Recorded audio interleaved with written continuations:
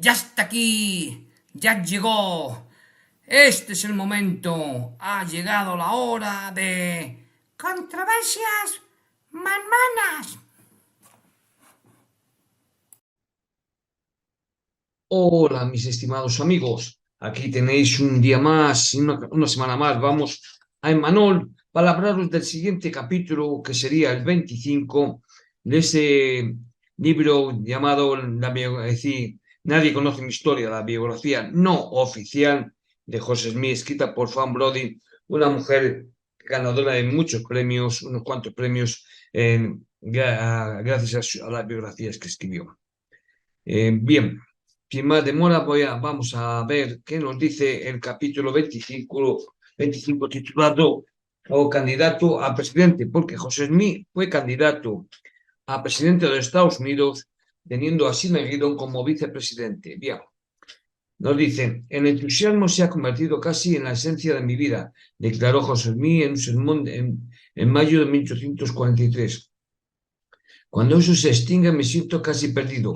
Cuando un hombre está continuamente en tensión por el entusiasmo, se hace fuerte y gana poder y conocimiento.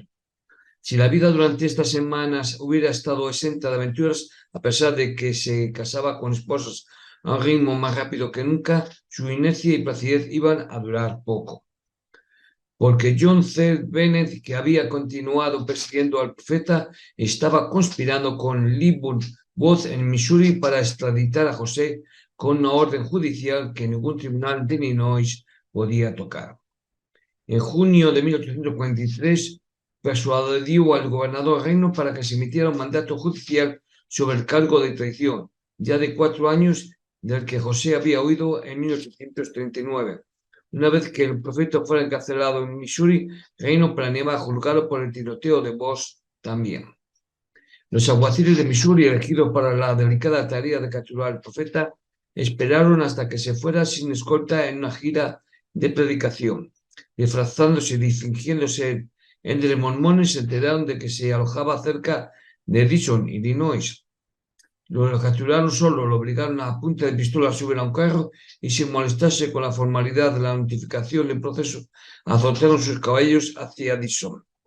Stephen McCann, que casualmente presenció el secuestro, se subió a su caballo y galopó en busca de ayuda. José fue encerrado en una habitación superior de una taberna en Dixon y se le negó el permiso para hablar con nadie. Pero no fue silenciado. Gritando por la ventana con una voz que podía llegar a una congregación al aire libre de 10.000 personas, proclamó la tiranía de sus captores hasta que todo el pueblo se agolpó para escucharlo. El tabernero, respaldado ahora por la indignación de los ciudadanos, juró que se haría justicia e insistió en que se le concediera un abogado al profeta. Cuando los alguaciles trataron de dispersar a la multitud, las airadas advertencias contra los malditos buques y los negreros sirvieron para disuadirlos. Hubo gritos para que se escuchara al mormón, llamadas de buen humor para un sermón sobre el matrimonio. Me dirigí a la asamblea durante 1 hora y media sobre el tema del matrimonio de José. Mi libertad comenzó a existir a partir de esa hora. Sucedió que Cyrus Walker, jefe del partido Whig y el mejor abogado criminalista de Illinois, estaban en Dixon en ese momento haciendo campaña para la elección al Congreso. José solicitó sus servicios inmediatamente. Walker hizo una dura negociación exigiendo no solo una cuota de $10.000, sino también el voto de José en las próximas elecciones. Bien, sobre los Puques, hay que notar que a la gente de Missouri se llamaba Puques Vómitos en 1800 y a Missouri se llamaba el Pukestad, el estado de vómito. Por eso lo de los Puques, el maldito Puque.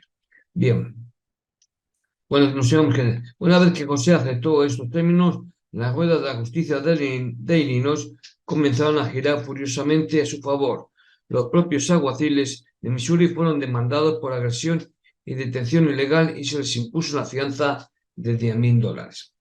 Se acordó que todo el caso debía ser desentrañado ante el juez Stephen A. Douglas, que estaba en el tribunal de Quincy. Cuando el grupo se puso en marcha, José todavía estaba bajo la custodia de los alguaciles de Missouri y ellos a su vez bajo la custodia del alguacil de Dixon. José estaba obsesionado con el temor de que existiera una conspiración para secuestrarlo cerca de Quincy y llevarlo a través del Mississippi. Para evitar esto, envió un mensaje para que la legión se reuniera con él en Monmouth. Mientras tanto, la noticia de su arresto hizo que Nabu se volviera loca de miedo. El ayuntamiento declaró prácticamente la ley marcial, exigiendo a todo extraño que entrara en la ciudad que diera su nombre, residencia y motivo de visita a la policía local y haciendo cumplir un estricto toque de queda a las 9 en punto. Se enviaron 2 compañías de la legión para interceptar al profeta y el propio barco de vapor de José, el Mad and Iowa, navegó hasta la desembocadura del río Illinois, donde sus hombres podían interceptar todos los barcos de vapor que entraban en el Mississippi. Poco después de cruzar el río Foss, José vio 2 caballos rabiosos acercándose al carruaje. Convencido por un momento de que sus peores temores se habían hecho realidad, se preparaba para salir a luchar cuando reconoció a los hombres. Se hundió con un medio sollozo de alegría. Esta vez no iré a Missouri, estos son mis muchachos. En poco tiempo el carruaje tenía una escolta de 140 hombres armados. Muchos de ellos habían arruinado sus caballos al correr y los habían obligado a beber whisky para poder recorrer los últimos kilómetros.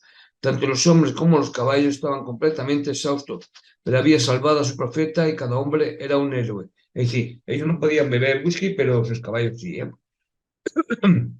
Walker estaba tan ansioso por dar al rescate de José Smith la apariencia de una victoria de los Wynn que se dejó persuadir para argumentar el caso en Nauvoo en lugar de Quincy, donde sospechaba de las tácticas políticas de Stephen A. Douglas.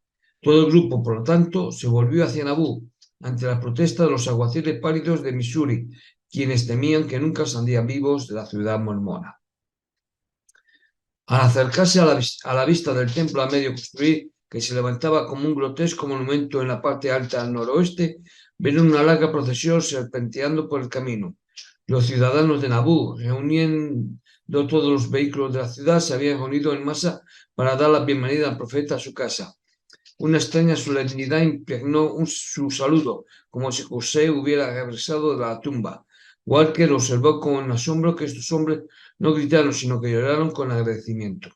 José tomó su lugar a la cabeza de la procesión con Elma, que estaba magníficamente vestida con un fino hábito de montar, su sombrero una gloria de penachos blancos que cabeceaban. La banda de música de Nauvoo tocó High Columbia y la procesión se dirigió lentamente de vuelta a la ciudad, donde los que no habían podido encontrar un lugar en un carruaje se alineaban en las calles.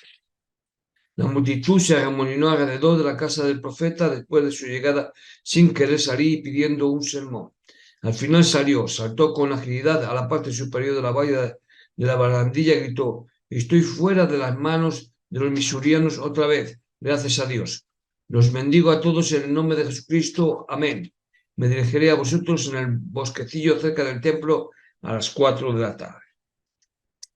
Dio un banquete para 50 de sus amigos y con un gesto irónico colocó a los 2 alguaciles de Missouri en los lugares de honor. Más tarde pidió a la corte municipal de Nauvoo una orden de habeas corpus que anulara la orden de Missouri. En esta petición argumentó que su nombre no era José Smith hijo, como indicaba el escrito, sino José Smith Sr. También afirmó que no era un fugitivo de la justicia, que nunca había cometido traición contra Missouri y que ya había sido juzgado por el mismo delito y absuelto en el condado de Warren en junio de 1841. Sin embargo, la verdadera cuestión no era la validez de la orden judicial de Missouri, sino el derecho del Tribunal Municipal de Nauvoo a dictar una orden de habeas corpus en el caso que normalmente se deja a los tribunales estatales. Walker, con la vista puesta en un escaño del Senado de Estados Unidos, aseguró a José que bajo las disposiciones especiales del Estatuto de Nauvoo el tribunal tenía ese derecho. Así escribió el gobernador Ford al revisar este episodio: los mormones fueron embaucados y engañados por hombres que deberían haber actuado mejor y no lo hicieron a pesar de su conocimiento. José fue triunfante a la arboleda. «Os encuentro con un corazón lleno de gratitud a Dios Todopoderoso», comenzó. «Apenas sé cómo expresar mis sentimientos. Me siento tan fuerte como un gigante». Luego fue al meollo del problema. En relación con la constitución de nuestra ciudad, los tribunales, el derecho de habeas corpus, etc., deseo que sepáis y publiquéis que tenemos todo el poder, y si alguien a partir de este momento dice algo en contra, que se lo echen en cara. Todo el poder que había en Illinois se le dio a Nauvoo, y cualquier hombre que diga lo contrario es un tonto. Esta ciudad tiene todo el poder que tienen los tribunales estatales. Ojalá el abogado que dice que no tenemos poderes en Nauvoo se ahogue con sus propias palabras. No empleéis a los abogados ni les paguéis dinero por sus conocimientos, porque he aprendido que no saben nada. Sé más que todos ellos. Señalando a Walker, dijo sin rodeos: he convencido a este candidato al Congreso de que el derecho de habeas corpus está incluido en nuestro estatuto. Si continúa convencido, votaré por él. Luego contó la historia de su arresto y rescate con una intensidad dramática que dejó sin aliento a 10.000 espectadores. Ha llegado el momento, exclamó, en que la paciencia ya no es una virtud, y si vosotros o yo volvemos a ser tomados ilegalmente, tendréis la libertad de soltar sangre y truenos, antes que yo siga soportando esta persecución no permitida, antes que sea gastado de nuevo entre mis enemigos para ser juzgado, derramaré hasta la última gota de sangre en mis venas y veré a todos mis enemigos en el infierno. ¿Debemos aguantar más tiempo?, exigió. No, rugió la gran asamblea. Os llevaré a la batalla, y si no tenéis miedo de morir y os sentís dispuestos a derramar vuestra sangre en vuestra propia defensa, no me ofenderéis. No seáis el agresor, aguantad hasta que os golpeen una mejilla, luego ofreced la otra, y se asegurarán de golpearla, luego defendeos. Y Dios os llevará y os presentaréis claramente ante su tribunal. Si las turbas se acercan a vosotros aquí, haced un estecolero en vuestros jardines con ellos. El gobernador Reino de Missouri, enfurecido por lo que consideraba la insolencia de los políticos de Illinois, emitió otra orden judicial y exigió que el gobernador Ford llamara a la milicia para capturar al profeta. Walker corrigió a Springfield para persuadir a Ford de que negara la demanda, pero Ford naturalmente no estaba dispuesto a tirar tan jugoso fruto en las manos extendidas de Walker, justo antes de la elección, y le dijo que la decisión requeriría primero una cuidadosa investigación. En realidad, Ford no tenía intención de llamar a la milicia solo para revertir la orden de un tribunal que se había excedido en su jurisdicción. Él desaprobaba el abuso mormón de sus estatutos, pero estaba convencido de que la única manera de detenerlo era a través de la derogación legislativa. De hecho, había instado a la legislatura a derogar los privilegios especiales de los mormones, pero a esto se habían opuesto los dirigentes de su propio partido, que estaban seguros de que la derogación les costaría el voto mormón. El hermano del profeta William, elegido para la legislatura estatal por el condado mormón, había argumentado en contra de la revocación con una habilidad salvaje y había amenazado repetidamente con lanzar el voto mormón a los Whigs. Si los demócratas hubieran seguido la sugerencia de Ford, podrían haber salvado a Illinois del capítulo más triste de su historia. Pero desafortunadamente Ford no tenía control sobre su partido. Los demócratas jugaron a la política hasta el amargo final. Apoyaron los insalubres estatutos y más tarde lucharon contra los mormones por su mal uso. Unos días antes de las elecciones, cuando Ford estaba ausente en San Luis, un prominente político democrático que no tenía fe en el juicio político de Ford avisó en secreto a los mormones que Ford no llamaría a la milicia para arrestar a José, siempre y cuando los mormones votaran por la candidatura demócrata. Esto puso al profeta en un miserable dilema. Si hubiera sido un estadista más sabio, había dejado que el proceso democrático normal siguiera su curso y permitiría que el voto mormón se dividiera. Podía haber respondido a la ira de ambos partidos en nombre de la Constitución estadounidense. Pero dos factores lo traicionaron en un truco político desastroso: su miedo consumista a la extradición y a las elecciones políticas de su hermano Jairo. Jairo no había prometido a los demócratas el voto mormón a cambio de un escaño en la legislatura estatal al año siguiente. En la última semana antes de las elecciones empezó a hacer campaña abiertamente por Ogle, el candidato demócrata. William Land estaba indignado por lo que creía que era una traición política para fomentar las ambiciones personales de Jairo, y luchó contra él a cada paso. Nauvoo se quedó atónito ante el espectáculo de los dos ayudantes más cercanos de José a punta de espada y miró ansiosamente al profeta para resolver el asunto. 5 días antes de la elección en Nabú, Nabal se inclinó por completo hacia Oge e instó a la unanimidad en la votación. No puede responder a ningún buen propósito que la mitad de los ciudadanos se despoje de la otra mitad, dejando así a Nabú impotente en lo que respecta a la política. Entonces Jeremías sorprendió al electorado de Nabú al anunciar públicamente que había recibido una revelación de Dios de que Oge era el candidato adecuado para recibir el voto mormón. El día antes de la elección, José subió a la plataforma y rompió su silencio. El Señor no me ha dado una revelación sobre política. No le he pedido ninguna. En cuanto al señor Walker, es el candidato Wynne, un hombre de gran mentalidad. Antes que el señor Walker llegara a Nabú, surgió el rumor de que podía ser un candidato. Dije, es un viejo amigo y votaré por él. Esto indicó entonces José, era su intención ahora como en ese momento. Pero antes de concluir, añadió significativamente, el hermano Jairon me ha dicho esta mañana que ha dado el testimonio de que sería mejor que la gente votara por Oge y nunca supe que Jairon dijera que había tenido una revelación y que ésta fallara. Que Dios lo sepa y que todos los hombres guarden silencio.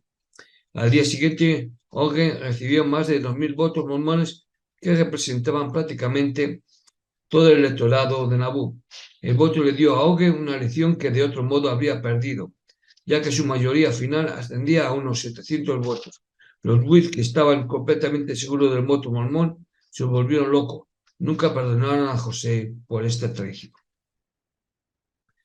No se puede saber si José se dio cuenta del error que cometió en esta elección, pero él decidió en ese momento que en adelante su papel político sería proporcional a su estatus de profeta ungido por el Señor. Terminó algo tarde con la política local de Illinois. Ya no tendría nada que ver con intrigas mezquinas y con claudicar ante políticos corruptos. Jesse Hamilton Bennett, un abogado y escritor de New York que poseía propiedades en Illinois y que tenía la ambición de convertirse en gobernador del estado por influencia mormona, escribió a José Smith en octubre de 1843 detallando la estrategia política que esperaba utilizar. Esta carta decía de forma directa, usted sabe que Mahoma tenía su mano derecha. José, que acababa de renunciar a la política local, respondió con un estallido de retórica que puso a Bennett en su lugar. ¿Debería rebajarme de la sublime autoridad de Dios Todopoderoso para ser manejado como la pata de gato del mono? Bueno, esto se refiere a una de las fábulas de La Fontaine, en la que un mono convence a un gato para que saque castañas del fuego donde se están asando, prometiéndole una parte. Mientras el gato saca las castañas y en el proceso se quema la pata, el mono come las castañas, dejando al gato sin comida y con la pata quemada. El gato fue engañado por el mono, que se benefició de los dolores sufridos por el gato. Bueno, como estábamos, es decir, debería de rebajarme de la sublime autoridad del Dios poderoso para ser manejado como la pata del gato del mono y convertirme en un payaso para actuar la farsa de la demagogia política. No, verdaderamente no. Combato los errores de los tiempos, me enfrento a la violencia de las turbas, me enfrento a los procedimientos ilegales de la autoridad ejecutiva, corto el nudo gordiano de los poderes y resuelvo los problemas matemáticos de las universidades con la verdad, con el diamante de la verdad, y Dios es mi mano derecha. José estaba ahora completamente intoxicado de poder y borracho con visiones de imperio y de gloria apocalíptica.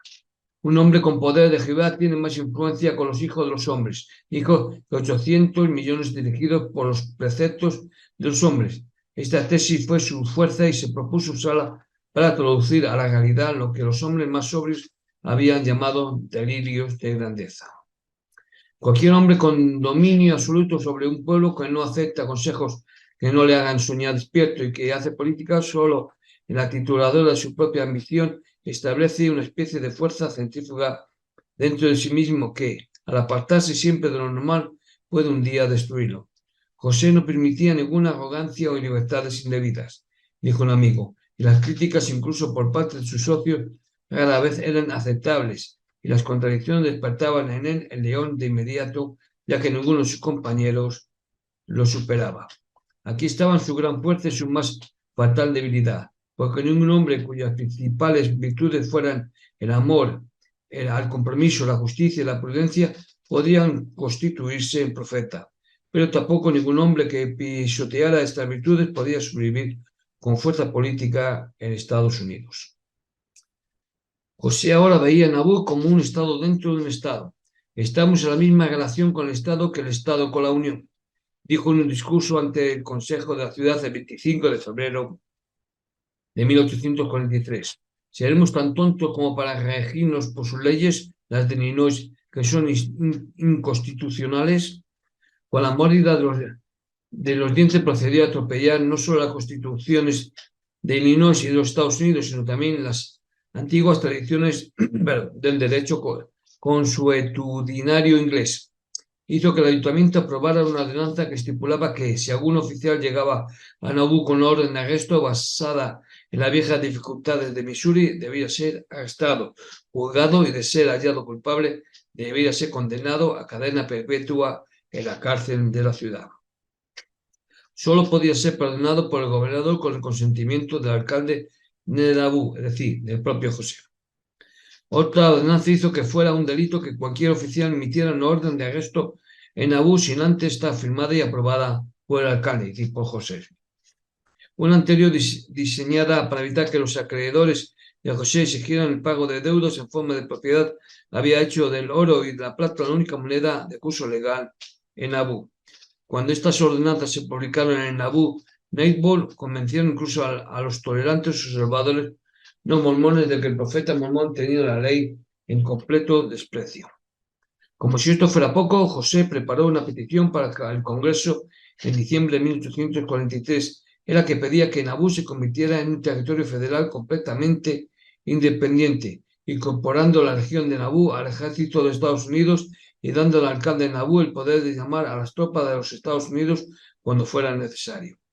Este fue uno de los peores errores políticos de José.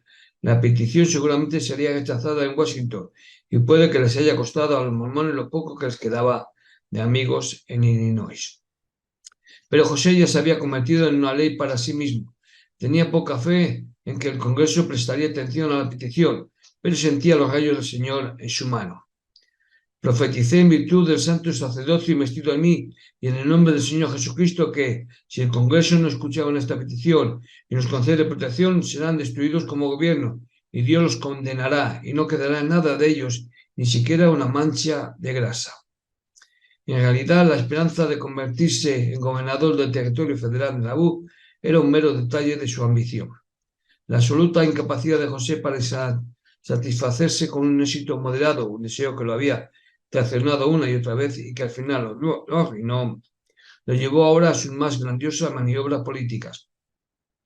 Durante muchos años José había hablado de construir el reino de Dios en la tierra y con su creciente éxito la idea parece haberse transformado sutilmente de un mero símbolo a una cosa de sustancia. A medida que fue considerando a Nauvoo como estado autónomo, el reino de Dios asumió una naturaleza temporal inconfundible. Finalmente, en la primavera de 1844, José comenzó a organizar un gobierno para regir lo que esperaba fuera un estado mormón soberano.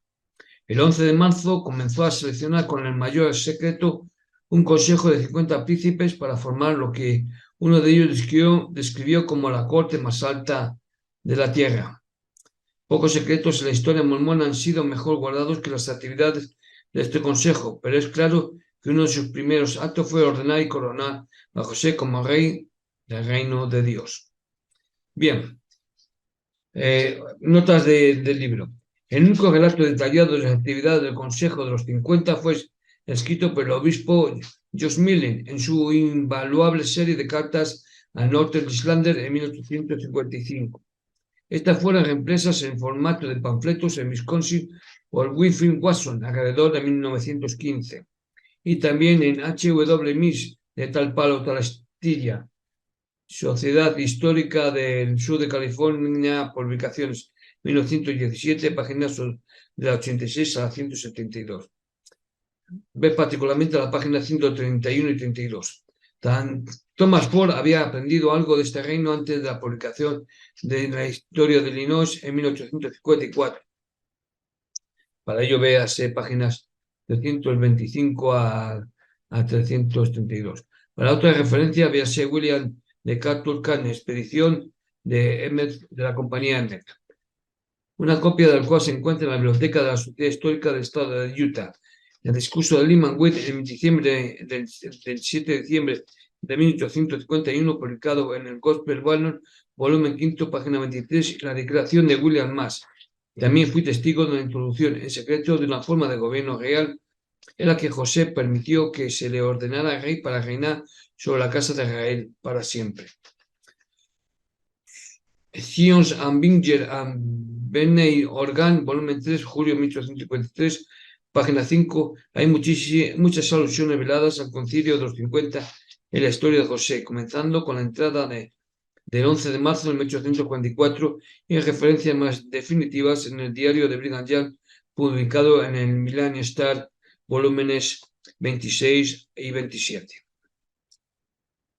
Bien, el Consejo de los 50 estaba compuesto por hombres que habían sido criados en una tradición de democracia militante. Nunca soñaron con comparar a sus profetas con Aarón Burr, aunque fueron las mismas fabulosas oportunidades las que llevaron a ambos hombres a la destrucción. Lo que desarmó por completo a los seguidores de José fue que había traído a Dios a su dominio, y estos hombres vivían cerca de una Biblia en la que los siervos de Dios habían sido reyes. Cuando José, en un discurso público en mayo de 1844, se pronunció desafiante, pienso ser uno de los instrumentos en el establecimiento del reino de Daniel por la palabra del Señor, y es mi intención poner un cimiento que revolucionará el mundo entero. Solo un puñado sabía que el reino ya había sido establecido. No será a fuerza de espada o fusil que este reino rodará, les aseguró. Es tan grande el poder de la verdad que todas las naciones estarán bajo la necesidad de obedecer el Evangelio. Pero esto era solo parcialmente cierto. La legión contaba ahora con casi 4.000 hombres y se estaba planeando un arsenal y una fábrica de pólvora. Había sustancia aquí para un uniforme alarmista en New York, de que un gran deportismo militar estaba creciendo en el oeste. José nunca había estado tan ciego a la consecuencia de la poligamia como para no sentir que algún día su pueblo se vería obligado a abandonar los Estados Unidos. Y los editoriales del Washington Messenger y Washington Union hasta el principio de 1844 le hicieron darse cuenta a regañadientes de que la emigración era probablemente la única alternativa a la guerra civil. Thomas Grigg, que había descrito a José en enero como ese monstruo canoso que gobierna en Nabú, cuyo corazón negro se regocijaría en la carnicería y en el derramamiento de sangre en lugar de ceder ni un ápice del poder que ha obtenido por su infernal perversión, escribió en el Washington Messenger el 17 de enero: no vemos ninguna utilidad en intentar disfrazar el hecho de que muchos entre nosotros contemplamos un exterminio total de ese pueblo, que los miles de mujeres y niños indefensos y ancianos y enfermos que se congregan en Nabú deben ser expulsados, sí, expulsados y dispersados, como las hojas ante la explosión de otoño. Pero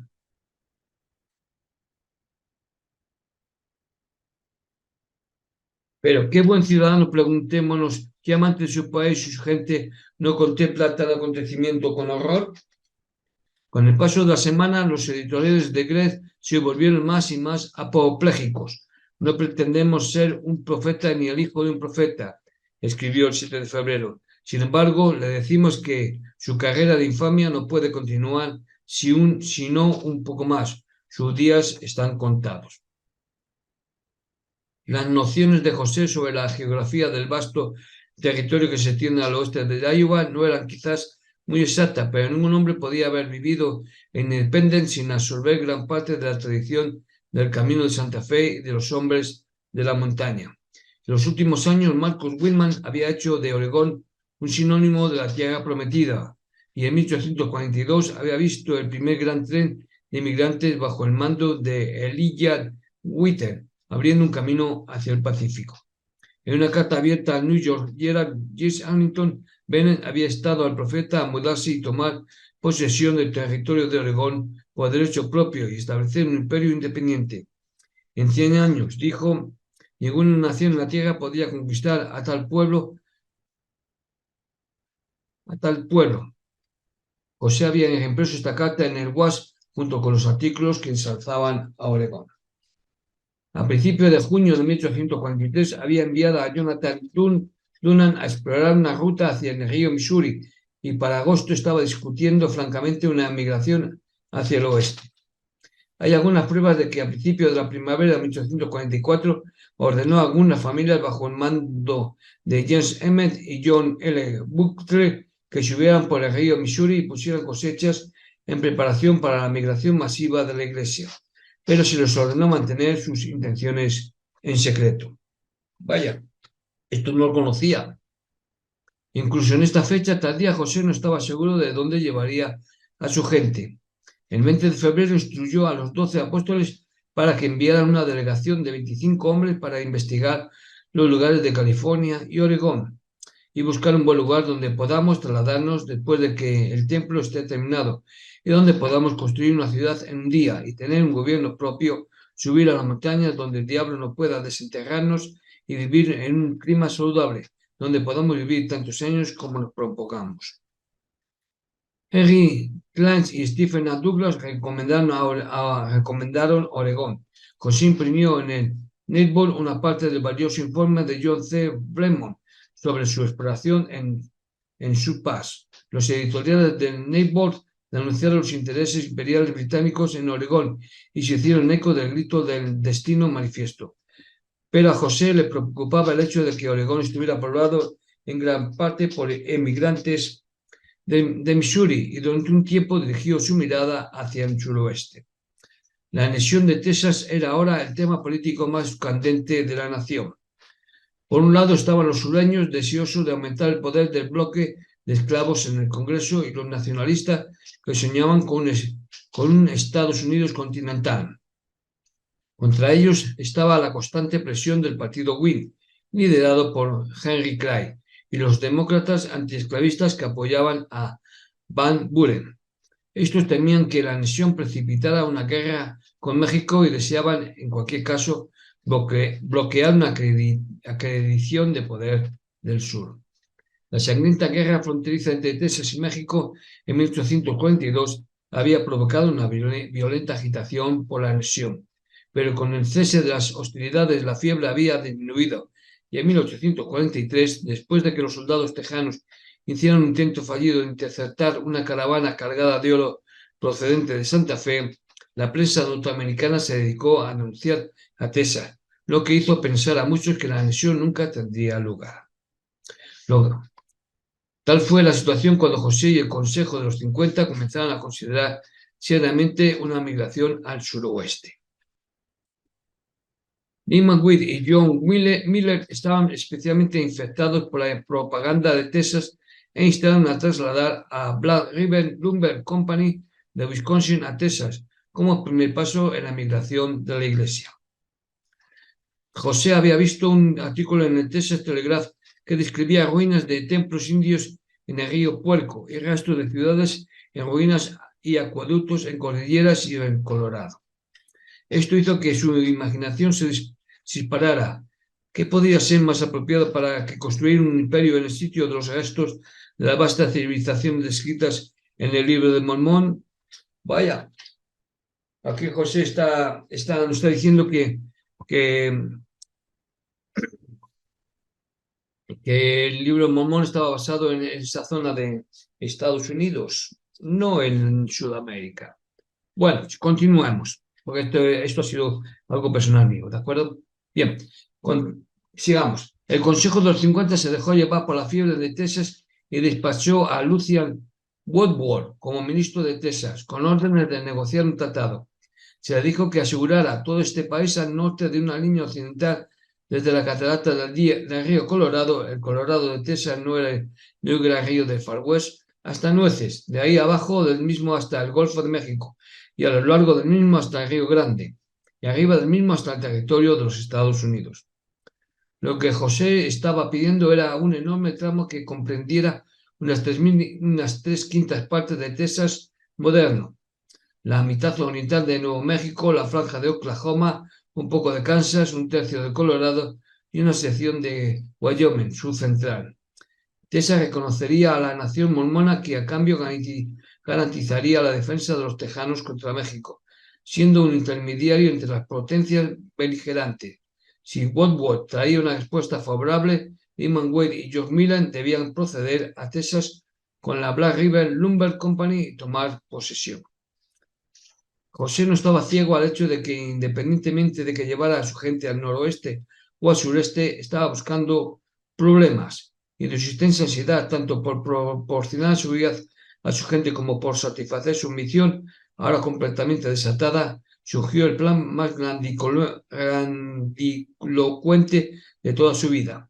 Esta fue una petición en el Congreso a finales de marzo de 1844 para que se le nombrara como oficial del ejército de los Estados Unidos con el poder de reunir 100.000 voluntarios para patrullar y vigilar las fronteras occidentales de los Estados Unidos todo el camino desde Texas a Oregón. Específicamente prometió extender el brazo de la liberación a Texas, proteger a los habitantes de Oregón de las agresiones extranjeras y de las conmociones domésticas, abrir las vastas regiones del oeste y del sur sin población, para suplir la necesidad de un ejército permanente en nuestras fronteras del oeste y del sur, buscar las antigüedades de la tierra, acabar con la tiranía y la presión y exaltar el estándar de paz universal. Esta solicitud de permiso al gobierno de los Estados Unidos para elegir un ejército privado de 100.000 hombres parece a la mente del siglo XX el delirio de un loco, pero se consideró simplemente una ambición excesiva de los fabulosos 40. Stephen A. Douglas le dijo a Orson Hyde en privado que si podían comandar la fuerza a disposición del profeta mormón, renunciaría a su asiento en el Congreso y estaría en marcha hacia Oregón o California en un mes. El presidente Taylor, en su tercer mensaje anual al Congreso, había recomendado encarecidamente el establecimiento de puestos militares a lo largo del camino de Oregón para proporcionar seguridad y protección a nuestros resistentes aventureros contra tribus de indios hostiles y para llevar a los territorios occidentales el mismo tipo de ley establecida en los Estados Unidos. Fue este mensaje que cayó en manos de José a finales de enero de 1844, el que más que cualquier otra cosa impulsó la petición. Y fue la extravagancia de las demandas de José en lugar de su naturaleza esencial lo que aseguró el fracaso de la petición. El 25 de mayo la Cámara de Representantes se negó a permitir que fuera leída en el recinto. Durante un tiempo pareció que los planes para un imperio texano podrían madurar. Woodward regresó de una conferencia con el gabinete de Texas en mayo de 1844 con un informe al Consejo de los 50 que George Miller dijo era todo lo que podíamos desear. El Consejo nombró a 3 hombres para que se reunieran con el Congreso de Texas para ratificar el tratado. Pero José no estaba destinado a quedar atrapado en el fuego cruzado de la Guerra de México y la Iglesia mormona se salvó de cierta destrucción como estado tapón en la sección más explosiva del continente. Tampoco el profeta iba a enfrentarse a una guerra salvaje con los exmisorianos en Oregón. Incluso se le negó la posibilidad de elegir entre las alternativas, porque aunque posee una inquietante presciencia sobre el destino final de su pueblo, si se quedaba en los Estados Unidos, y aunque estaba rebosante de sus grandiosos planes para un futuro en el oeste, José nunca pudo creer que la expulsión estaba cerca. Ni tampoco se atrevió a dejar voluntariamente la hermosa ciudad del Mississippi, que era fruto de su propio genio.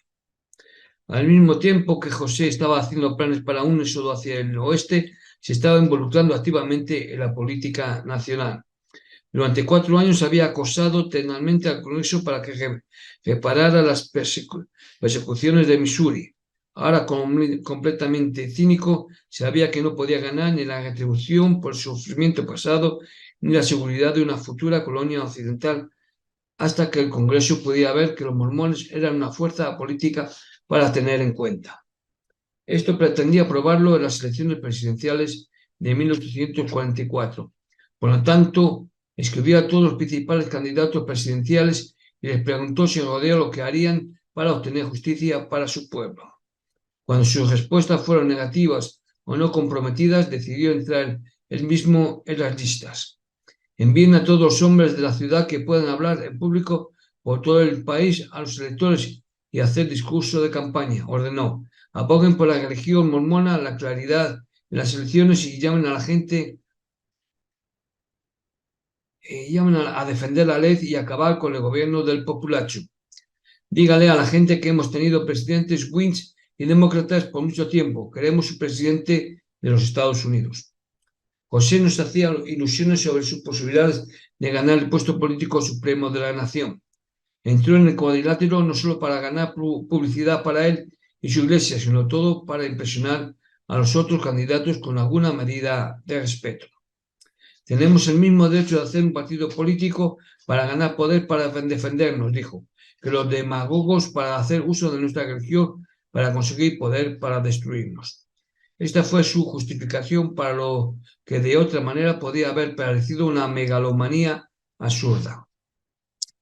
Simplemente seguía la táctica del abolicionista Partido de la Libertad, que, aunque extremadamente pequeño, iba a quitarle suficientes votos a Harry Klein en el estado de Nueva York en las elecciones de 1844 para darle el estado a Polk y así asegurarle la presidencia, lo que por cierto resultó en lo que más temía el Partido de la Libertad, la admisión de Texas.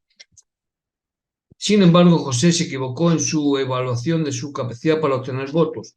Nauvoo tenía ahora una población de unos 12.000 mormones y en el campo circundante contenía alrededor de un tercio más. Pero se hablaba con tanto optimismo de estupendas conversiones en los Estados Unidos y en Inglaterra que la mayoría de los ciudadanos de Nauvoo hablaban en términos de 100.000 a 200.000 adherentes a la fe. José arrojó estas cifras en sus discursos de campañas, estimando en una carta a Henry Clay que su gente llegaba a 200.000. Vamos. En Nueva York, Herald captó el espíritu de la campaña mormona de inmediato.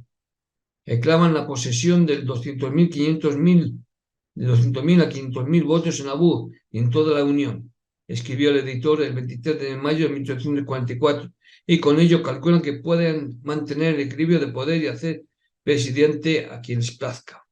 Bueno, si es así, puede que valga la pena cuidarse de ellos. Parece que por este movimiento José no espera ser elegido presidente, pero aún así quiere tener un dedo en el pastel y ver si no se puede hacer algo al respecto. Las reacciones de los mormones a la candidatura de José variaron desde la ingenua certeza de George Miller de que, si la elección era exitosa, José y el Consejo de los 50 establecerían de inmediato el dominio en los Estados Unidos, hasta la desesperada queja de John D. Lee. Ya era bastante difícil predicar el Evangelio sin bolsa ni alforja, pero era como nada comparado con ofrecer al profeta José al pueblo como candidato al más alto galardón de la nación. Hubiera preferido 1000 veces que me encerraran en la cárcel antes que hacer ese viaje, pero no me atreví a negarme. Jesselton Bennett fue nominado por primera vez para vicepresidente, pero cuando se descubrió que era de origen extranjero y por lo tanto inelegible, Sidney Rigdon fue finalmente sustituido en su lugar. Era la convención de nominación celebrada el 17 de mayo de 1844. Se escribió una plataforma alrededor del grito de guerra: democracia jeffersoniana, libre comercio, derechos de los marineros y protección de la persona y la propiedad. Todos los hombres que estaban a su disposición, incluyendo los 12 apóstoles, salieron a hacer campaña, mientras José se dedicaba a escribir discursos de campaña únicos en la historia de la política americana. Pasaron de predicar el Evangelio a predicar política. Su tema principal, fruto natural de su propia experiencia, era que la libertad estadounidense estaba en declive y que la calamidad estaba a punto de destruir la paz del pueblo. El mundo está demasiado gobernado, escribió, y no hay una nación o una dinastía que ocupe ahora la tierra que reconozca a Dios Todopoderoso como su legislador y como las coronas ganadas con sangre deben ser mantenidas. Voy enfática, virtuosa y humanamente por una teodemocracia donde Dios y el pueblo tengan el poder de conducir los asuntos de los hombres con rectitud. Sí, y José Smith es su profeta. La inyección de Dios en el gobierno de Estados Unidos fue la tabla más sensacional de la plataforma de José. Eso habría significado un repudio de la democracia a favor de un Estado unipartidista, tal como Jairo Smith dejó claro cuando proclamó: queremos un presidente de los Estados Unidos, no un presidente de un partido, sino un presidente de todo el pueblo, porque el presidente de un partido despoja al partido opuesto, maldito sea el sistema de dividir la nación en partidos beligerantes opuestos. José además abogó: hay que reducir el Congreso por lo menos 2/3, 2 senadores por estado y 2 miembros por millón de habitantes harán más negocios que el ejército que ahora ocupa los salones de la legislatura nacional. Páguenle los $2 y sus dietas de alojamiento, excepto los domingos. Es más de lo que recibe el granjero que vive honestamente. Con la infeliz experiencia en la cárcel de Liberty aún viva en su memoria, abogó por una reforma drástica del sistema penal norteamericano. Hay que convertir las cárceles en seminarios de aprendizaje, dijo, hacer que el trabajo en las carreteras y las obras públicas pero sea el castigo para el crimen, y reservar el rigor y el aislamiento solo para los culpables de asesinato. Abolir el encarcelamiento por deudas y perdonar a cada convicto diciéndole en el nombre del Señor: vete y no peques más. Luego, en un cambio completo de su anterior postura, abogó por la liberación de los esclavos, que se pague a los dueños de esclavos por ellos, instó con excedente de ingresos de la venta de tierras públicas, quitar los grilletes al pobre hombre negro y contratarlo para trabajar como otros seres humanos, porque una hora de libertad virtuosa en la tierra vale una eternidad de esclavitud. Aquí se hacía eco de los sentimientos del Partido de la Libertad, que desde 1839 había intentado crear un tercer partido a partir del tema de la esclavitud. A diferencia de cualquier otro candidato presidencial, José estaba al mismo tiempo en contra de la esclavitud y a favor de la anexión, y su compromiso era ingenioso. Hay que traer a Texas a la Unión, instó, pero reducir el poder del bloque de esclavos al mismo tiempo mediante la abolición de la esclavitud de los estados que limitan con la niña Mason Dixon. Para entonces la actitud de José hacia los negros se había vuelto tan liberal, en parte como resultado de su correspondencia con el abolicionista C.W. Digger, que argumentó que Orson Hyde que si los roles de los negros y los blancos se invirtieran, los primeros asumirían rápidamente las características de los segundos.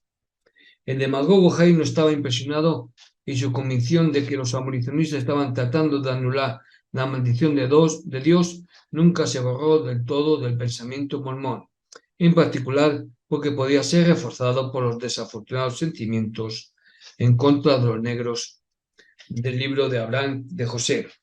Hoy en día al negro se le sigue negando un lugar en el sacerdocio mormón. Esto porque se escribió mucho antes de 1978. El libro, me refiero, nadie conoce mi historia. Bueno, continúo. Los documentos de la campaña de José fueron impresos en muchos de los periódicos del este y provocaron muchas bromas editoriales. ¿Quién es este caballero moderno con su lámpara mágica?, preguntó el Boston Correspondent el 28 de mayo. Es el chico del Green Mountain del Old Vermont, el granjero ignorante del oeste de Nueva York, el tonto y letrado de los cuentos sectarios, el azote y el terror de los proscritos de Missouri, el cacique militar favorito de Illinois, la admiración de millones de personas, el temor de los políticos, la reverencia de los salvajes, el tropiezo de las naciones y la maravilla del mundo. Y para culminar, el crimen es José Smith, el profeta mormón. Cuando tengo los periódicos del este y veo lo popular que soy, dijo José un día con mucho ánimo, me temo que yo mismo seré elegido. A pesar de los matices de desastre que retumbaban en y sobre Nauvoo, parecía estar cabalgando seguro a horcajadas sobre el mundo. No solo era candidato a la presidencia, sino también alcalde de Nauvoo, juez del tribunal municipal, comerciante de la tienda principal, hostelero, arquitecto oficial del templo, agente inmobiliario, contratista, registrador de actos, propietario de un barco de vapor, fideicomisario de todas las finanzas de su iglesia, teniente general de la Legión de Nauvoo, consejero espiritual y comulgante del Señor de la verdadera Iglesia, rey del nuevo reino de Dios y esposo de casi 50 esposas. Quiero la libertad de pensar y creer como me plazca, dijo. Se siente también no ser pisoteado, y por todo el alquitrán y las plumas, los arrestos, los grilletes y las amenazas de muerte, Estados Unidos había permitido a José Smith la libertad de ir rápido y lejos. ¿A quién le puede extrañar?, escribió Josiah Quincy, que la presidencia del Ejecutivo Nacional tuviera su lugar entre las visiones de este hombre autosuficiente. Ya había recorrido la parte más dura del camino hacia esa codiciada posición. Nacido en los rangos más bajos de la pobreza, sin libro de texto y con el más hogareño de todos los nombres humanos, se había hecho un poder sobre la tierra al llegar a los 39 años. Pero casi nunca estos días José salió de sí mismo y miró con sorpresa y humildad en lo que se había convertido. Pero una vez en la primavera de 1844, en el funeral de un tal King Follen, pronunció uno de los sermones más profundos de toda su carrera. Por primera vez proclamó en un discurso unificado los temas que había estado inculcando en fragmentos y frecuentemente en secreto a sus santos más favorecidos. La gloria del conocimiento y la pluralidad de Dios y la progresión eterna del alma humana, y cuando estaba casi terminando y la exaltación del espíritu que motiva un gran sermón se estaba agotando, se detuvo y en un momento de búsqueda gratuita dijo con una especie de maravilla: no me conocéis, jamás conocisteis mi corazón, nadie conoce mi historia, yo no puedo relatarla, jamás lo intentaré. No culpo a nadie por no creer mi historia, de no haber pasado por las experiencias que he conocido, también a mí me sería difícil creerla. Y con esto terminamos el capítulo 25, titulado Candidato a Presidente. La próxima semana veremos el capítulo 26, si nada lo impide, Preludio a la Destrucción. Y bien, os insto a que me sigáis, que deis a me gustas y que podamos vernos la próxima semana con otra interesante lectura de esta biografía no oficial de José Smith, escrita por Fan Brody en su libro titulado Nadie conoce mi historia. Hasta entonces, hasta la próxima semana. Sed buenos, portaros bien. Nos vemos. Hasta pronto.